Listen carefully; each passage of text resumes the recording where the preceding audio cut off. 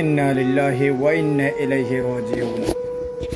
আল্লাহ পাক রব্বুল আলামিন পবিত্র কুরআনুল কারীমে ঘোষণা করে দিয়েছেন, কুল্লু নাফসিন যায়িকাতুল মাউত, প্রত্যেক প্রাণীকে একদিন মৃত্যুর স্বাদ গ্রহণ করিতে হইবে। আবার আল্লাহ সুবহানাহু ওয়া তাআলা বলেন, আইনামা তাকুনু ইদরুকুমুল মাউতা, সে যে হোক না কেন, হোক বা পশু, হোক বা পাখি, হোক বা গাধা, হোক বা মানুষ, যে হোক না কেন অবশ্যই তাকে মৃত্যুর স্বাদ গ্রহণ করিতে হইবে। তো সুতরাং আজকে এতটুকু কথা বলতে চাই, খুব দুঃখের সাথে আমাদের একজন সাথী ভাই, যে আমাদের সাথে দীর্ঘদিন ছিল, হঠাৎ করে আজকে ফেসবুকের মাধ্যমে তার ছবিটুকু দেখে হৃদয়টুকু ভেঙে পড়ল। আমাদের ক্ষত বিক্ষত হয়ে গেছে আমাদের অন্তর। যে আমাদের সাথে দীর্ঘদিন ছিল, আমাদের লগের একজন সাথী ভাই, আমাদের সাথে মেহনতের কাজে ছিল এবং একই প্রতিষ্ঠানে একই ডিভাইডে আমরা কর্মস্থানে ছিলাম। হঠাৎ করে তার এই মৃত্যুটুকু আমরা মেনে নিতে পারতেছি না, কিভাবে কি হয়ে গেল। আমাদের প্রাণপ্রিয় শ্রদ্ধেয় বড় ভাই মোহাম্মদ সেলিম, গতকাল তিনি মারা গেছেন। আল্লাহ সুবহানাহু ওয়া তাআলা তার সমস্ত জিন্দেগির গুনাহটুকু মাফ করে দিয়ে তাকে যেন জান্নাতুল ফেরদাউস নসিব করে দেয় এবং তার পরিবার পরিজনকে, তার আত্মীয় স্বজনকে ধৈর্য ধারণ করার তৌফিক দিয়ে দেয় এবং তার রেখে যাওয়া ছেলে মেয়ে, বিবি বাচ্চাদেরকে দুনিয়ার বুকে আল্লাহ সুবহানাহু ওয়া তাআলা যেন ঈমান এবং আমলের সাথে দুনিয়াতে বসবাস করার তৌফিক দিয়ে দেয় এবং সে দুনিয়ার বুকে যত মানুষের সাথে চলাফেরা করেছে, যদি কোনো কারণে তার কথার মাধ্যমে আচরণে কেউ মনে কষ্ট নিয়ে থাকে এবং সবাই তো তাকে ক্ষমা করতে পারেনি, এবং আল্লাহ তুমি যেন তোমার খাস মন থেকে তোমার ওই বান্দাকে মাফ করে দাও এবং তার জিন্দেগির সমস্ত গুনাহগাতাটুকু মাফ করে তুমি তাকে জান্নাতুল ফেরদাউস নসিব করে দাও। খুব দুঃখের সাথে বলতে হয়, তিনি যে আমাদের সাথে এতদিন ছিলেন, তার কখনো মুখে আমরা খারাপ আচরণ শুনি নাই এবং তার থেকে আমরা কখনোই কোনো খারাপ কিছু দেখি নাই।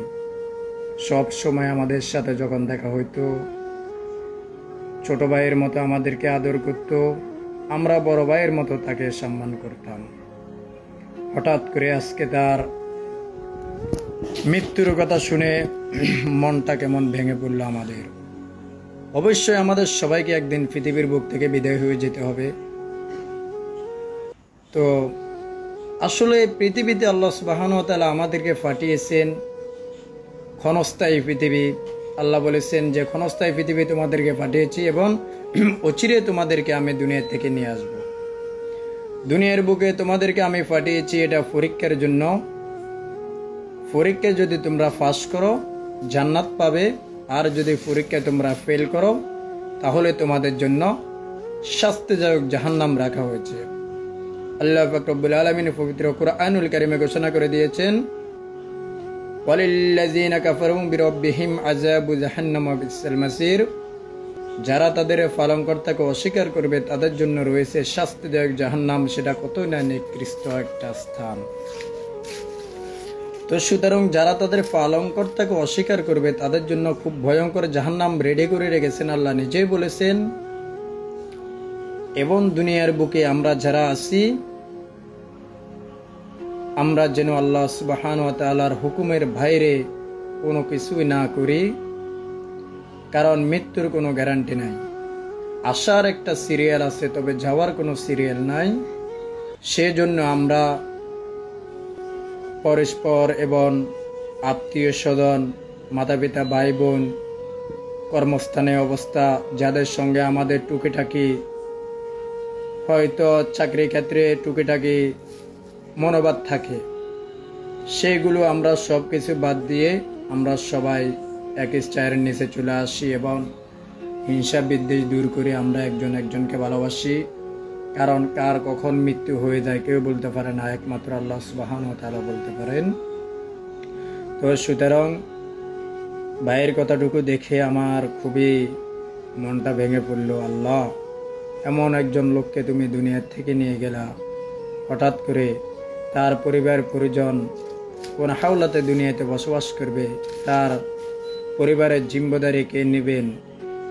এবং আমি তিনি যে রিসোর্টের মাধ্যমে ছিলেন, ওই রিসোর্টের মালিকের উদ্দেশ্য করে বলতে চাই যে মেহেরবানি করে আপনারা ওনার পরিবারের দিকে একটু খেয়াল রাখবেন এবং আরও মানে তার আত্মীয় স্বজনদের উদ্দেশ্য করে বলা হয়েছে আপনারাও তার পরিবার পরিজনের দিয়ে একটু খেয়াল রাখবেন এবং তারা যেন এই মাহে রমজানে একটু সুন্দর মতো ভালো মতো সেহরি ইফতার করতে পারে এবং রমজানের যেন ঈদ করতে পারে, তার দিয়ে একটু ফলো রাখবেন। হয়তো লোকটা যদি দুনিয়াতে বেঁচে থাকতেন, হয়তো ফ্যামিলির জন্য তিনি কিছু না কিছু করতেন, তার ফ্যামিলিতে এত কষ্ট হতো না। হয়তো তার মৃত্যুর কারণে তার ফ্যামিলি কিছু কষ্টের মুখে পড়তে পারে। তো আল্লাহ সুবহানাহু ওয়া তাআলা যেন তার পরিবার পরিজনকে দুনিয়ার বুকে ঈমান এবং আমলের সাথে বসবাস করার তৌফিক দেন।